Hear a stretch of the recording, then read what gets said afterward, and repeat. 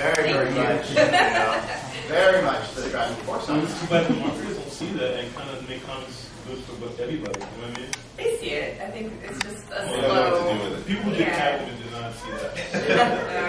I mean, a lot of the girls, when I teach workshops, and a lot of the girls in my workshops will say they read manga as opposed to a lot of these because the characters, they like the stories, they like the characters, they can connect to them, they like to follow them. There's more angst, or there's more stuff that they can relate to. There's all of those things.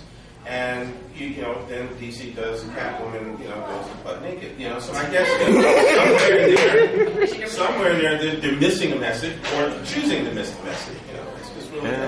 Alex, you and I had a great conversation one time. Just one? Oh man. A particular one which I want to reference and share with these lovely people. I was doing some work on looking at some issues of race and diversity in YA graphic novels, and I had a conversation with a young man about a character who ends up being an evil character in the Young Avengers. He's the one black male in the group, and he betrays the whole group. Sorry, Runaways. Excuse me. I got my teams mixed up. And so this young guy that I'm talking to is like, yeah, well, obviously they make the brother the bad guy, right? Obviously he's the villain and the betrayer, right? And then I call up my esteemed colleague and friend and share this, what I thought was fascinating, internal perspective from a teen, and your response was, isn't it great that they can be bad guy? Yeah. And I just want to open that up to discussion a little bit too. Is there a shift, or is there a play on that there's an empowerment to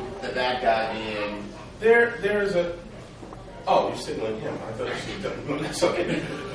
This is my philosophy on this. Okay, speaking about my people and myself, I think that one of the things that have held black folks back for so long is not racism per se, but our perception of we're only victims.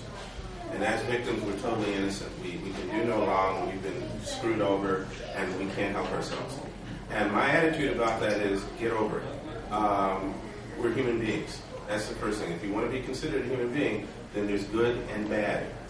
And I've known some really bad black people. And I've known some angels. Right? So the reality is, real diversity, real equality, is being represented across the spectrum. If you're going to constantly come up with a black hero and he's always going to be a school teacher or a social worker, I got a problem. If he's always going to be a convict, I got a problem.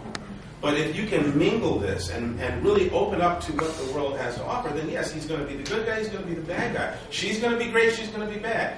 That's okay. That's healthy.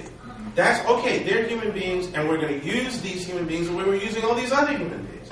And there's pros and cons to that. And there are people who like to take me out back and hurt me for this. But I'm very real about it. And I think that that's a good thing. Now, it's somewhat like the Star Trek scenario, the original series, where, the security, if it was a black guy in a red shirt going down to the planet, he was going to die. You knew that was going to get you. Bye, brother, it was good, But, that was the 60s. And we're talking about moving forward. So the reality is, move it forward. Make us the good guys and the bad guys.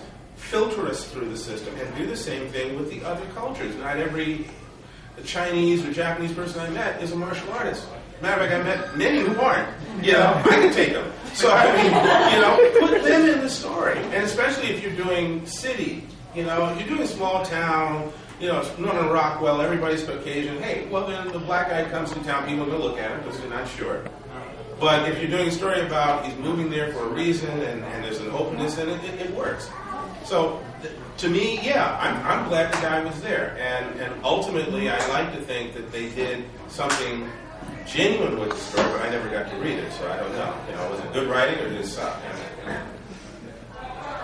It's true. It's like when you have one character, they tend to be the focus and I say roll off right. We have so many people coming together, so yeah. I could do kind of stuff like that. But I understand that icon can do anything really evil that, You could, depending on the story. Yeah, the thing I'm talking about, the freedom to do that. Look, Jen, what's Rocket, his sidekick? She got pregnant. She got pregnant. She wasn't married. She got pregnant. That's a no-no. Okay, Yeah. But the story was a solid story, and we worked through it. And she grew as a character. And she continued to be a superhero pregnant. Well, yeah. which is crazy. But Well, I it mean, gave you like, something to we're- lose, you you know, know? I mean, that's something. So. I think the worst thing that happened with Rocky was that one kid, Al Williams, one of the big artists, I think his name is Simon. Walt Simonson. Walt Simonson. Walt Simonson, yeah. Walt Simonson did her in the cover, and he gave these huge breasts. And it's like, it was like this big portal, and it's like, it's like, well, she's a 15-year-old girl, and no one's ever drawn her that way. Why are you making her thing? And I told him, wait, well, I can't tell about Simonson changes art. It's like, but, you know, what are you going to tell the kids? It's like, well, I mean, it's a very popular that way. You know, it would have been interesting if you'd had a chance to talk to him, because I know him. He probably would have changed it. He's a Right? good guy. He would have listened to you for real. Yeah. I mean, I don't know if he would have changed it or not, but he would definitely listen. Yeah. He would have heard you. Well, I mean, you've got a piece out that actually this is my excuse for dragging you. Both these guys are from the Bronx. There are only non-Queens folks, and so. But They let us out, though. You did a piece. You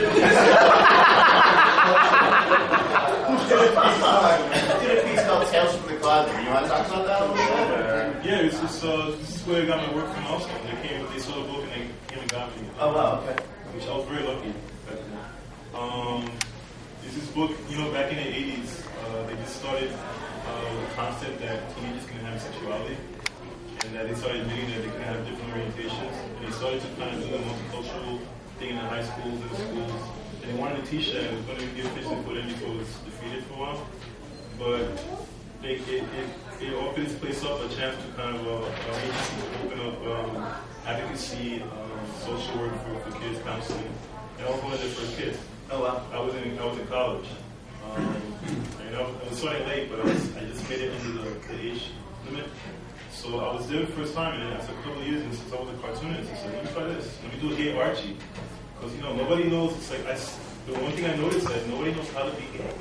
Or, you know, in this world, it's like, so when age comes in, it's like, wait a minute, what's going on? No one knows how to do anything. They don't know where to go. They don't know what to expect or how to think of themselves. So I did this comic, and I saw the stats, you know, it's like a bunch of, like, this percentage black, I was very kind of like, this Mexican and living Queens, and it was supposed to be a gay Archie, kind of like a how-to book, but it kind of, you know, I'm too dark for that.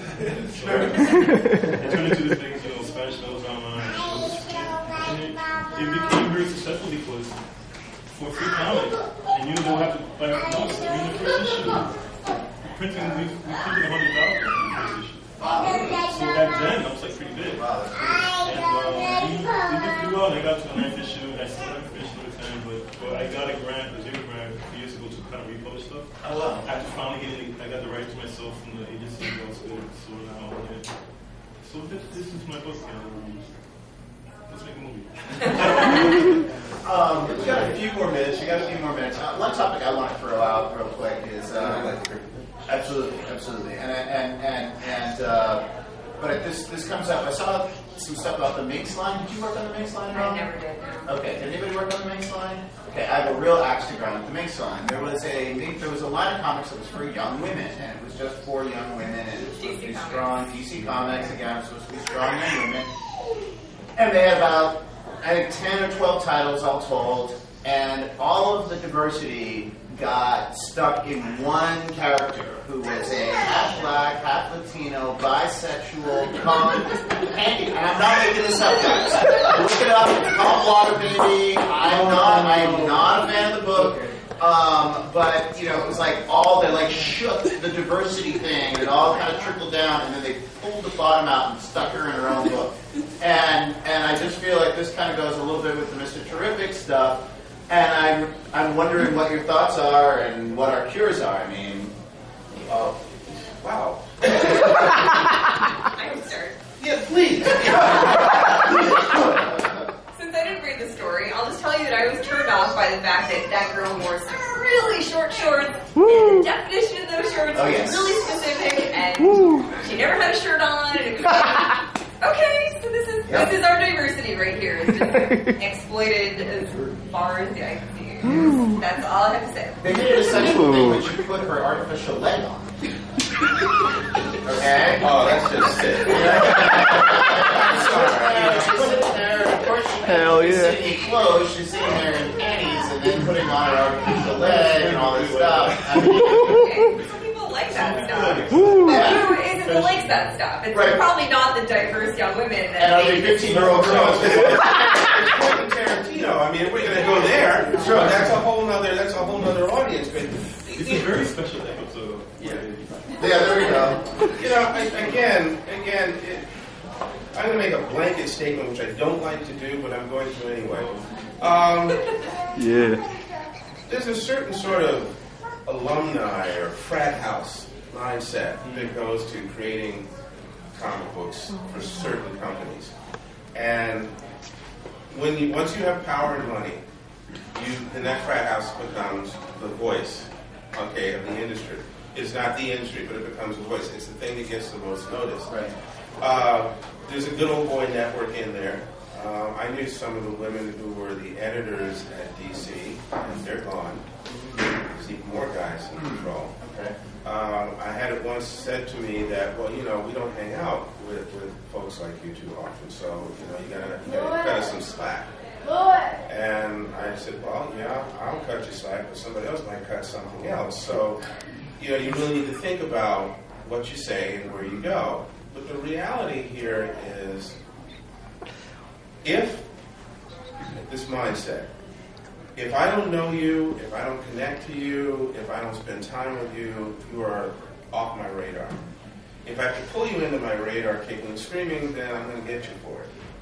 Okay? And so, to some degree, when a woman's voice, and I'm thinking of specific situations, when a woman's voice sort of demands something and they just say, okay, I'll do it, but I'll do it my way.